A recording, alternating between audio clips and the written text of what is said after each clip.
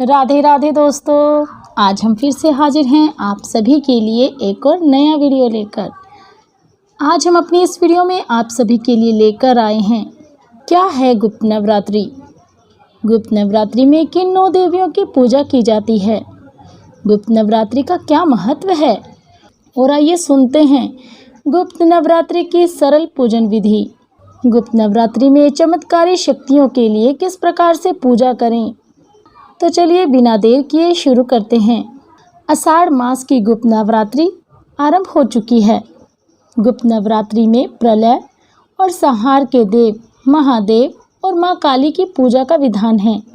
गुप्त नवरात्रि में साधक गुप्त सिद्धियों को अंजाम देते हैं और चमत्कारी शक्तियों के स्वामी बन जाते हैं। आइए अब सुनते हैं क्या है गुप्त नवरात्रि। हिंदू धर्म में नवरात्र माँ दुर्गा की साधना के लिए बेहद महत्वपूर्ण माने जाते हैं।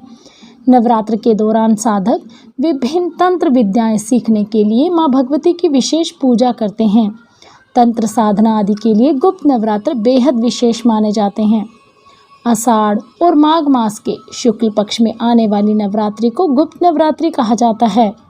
इस नवरात्रि के बारे में बहुत ही कम लोगों को जानकारी होती है। मान्यतानुसार गुप्त नवरात्रि के दौरान अन्य नवरात्रों की तरह ही पूजन करना चाहिए। 9 दिनों के उपवास का संकल्प लेते हुए प्रतिपदा यानी पहले दिन घट स्थापना करनी चाहिए। घट स्थापना के बाद प्रतिदिन सुबह और शाम के समय माँ दुर्गा की पूजा करनी चाहिए। अष्टमी या नवमी के दिन कन्या पूजन के साथ नवरात्र व्रत का उद्यापन करना चाहिए। गुप्त नवरात्रि का महत्व, तो चलिए अब सुनते हैं गुप्त नवरात्रि का क्या है महत्व।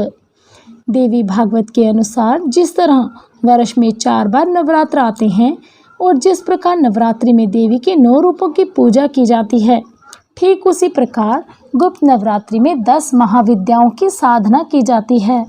गुप्त नवरात्रि विशेषकर तांत्रिक क्रियाओं, शक्ति साधना, महाकाल आदि से जुड़े लोगों के लिए विशेष महत्व रखती है।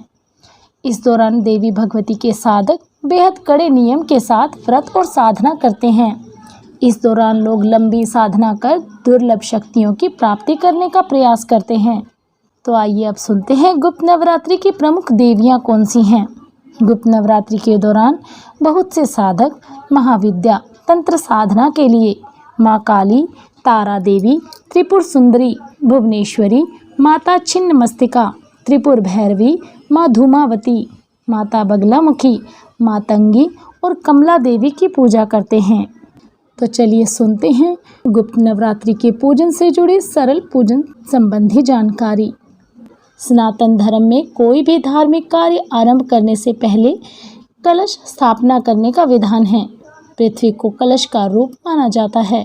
तत्पश्चात कलश में देवी देवताओं का आवाहन कर उन्हें विराजित किया जाता है।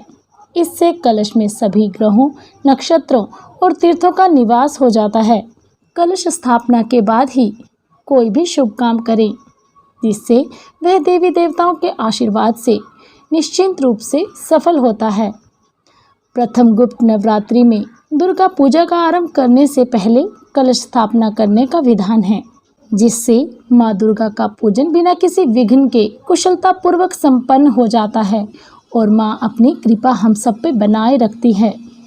कलश स्थापना के बाद माँ दुर्गा का चित्र या फिर मूर्ति लाल रंग का कपड़ा बिछाकर पटरी पर सजाएं। फिर उसके बाएं ओर गौरी पुत्र श्री गणेश का श्री रूप या चित्र विराजित करें। पूजा स्थान के उत्तर पूर्व दिशा में धरती माता पर 7 तरह के अनाज, पवित्र नदी की रेत और जौ डालें। कलश में गंगा जल, लौंग, इलायची, पान, सुपारी, रोली, मोली, चंदन, अक्षत, हल्दी, सिक्का और पुष्प आदि डालें। आम, पीपल, बरगद या गूलर के पत्ते कलश के ऊपर सजाएं। जौ अथवा कच्चे चावल को कटोरी में भरकर कलश के ऊपर रखें। इसके बीच नए लाल कपड़े से लिपटा हुआ पानी वाला नारियल अपने मस्तक से लगाकर प्रणाम करते हुए कलश के ऊपर विराजित करें। अखंड ज्योति प्रज्वलित करें, जो पूरे 9 दिनों तक जलती रहनी चाहिए।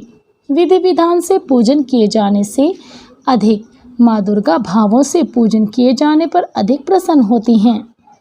यदि आप अन्य मंत्रों से अनजान हैं तो आप केवल पूजन करते समय दुर्गा सप्तशती के इस निर्वाण मंत्र का जाप करें। ओम ऐं ह्रीं क्लीं चामुंडाय विचे नमः। माँ शक्ति का यह मंत्र चमत्कारी शक्तियों से संपन्न करने में समर्थ है। अपने सामर्थ्य के अनुसार पूजन सामग्री लाएं और प्रेम भाव से पूजन करें। संभव हो तो श्रृंगार का सामान, नारियल और चुनरी अवश्य अर्पित करें। 9 दिन श्रद्धा भाव से ब्रह्म मुहूर्त में और संध्या काल में सपरिवार आरती करें। अंत में माँ दुर्गा के समक्ष खड़े होकर क्षमा प्रार्थना अवश्य करें। ये तो थी हमारी ओर से आप सभी को दी गई गुप्त नवरात्रों संबंधी जानकारी। हमारी और भी ऐसी ही धार्मिक कहानियाँ सुनने के लिए हमसे जुड़े रहें। यदि आप हमारे चैनल पर नए हैं तो हमारे चैनल को सब्सक्राइब करना मत भूलिएगा। बेल आइकन ज़रूर दबाएं ताकि आपको हमारी हर वीडियो की अपडेट प्राप्त होती रहे। कमेंट बॉक्स में कमेंट कर हमें अपने विचार अवश्य बताएं। हमारी यह वीडियो कैसी लगी। आप सभी का हमसे जुड़े रहने के लिए बहुत बहुत धन्यवाद।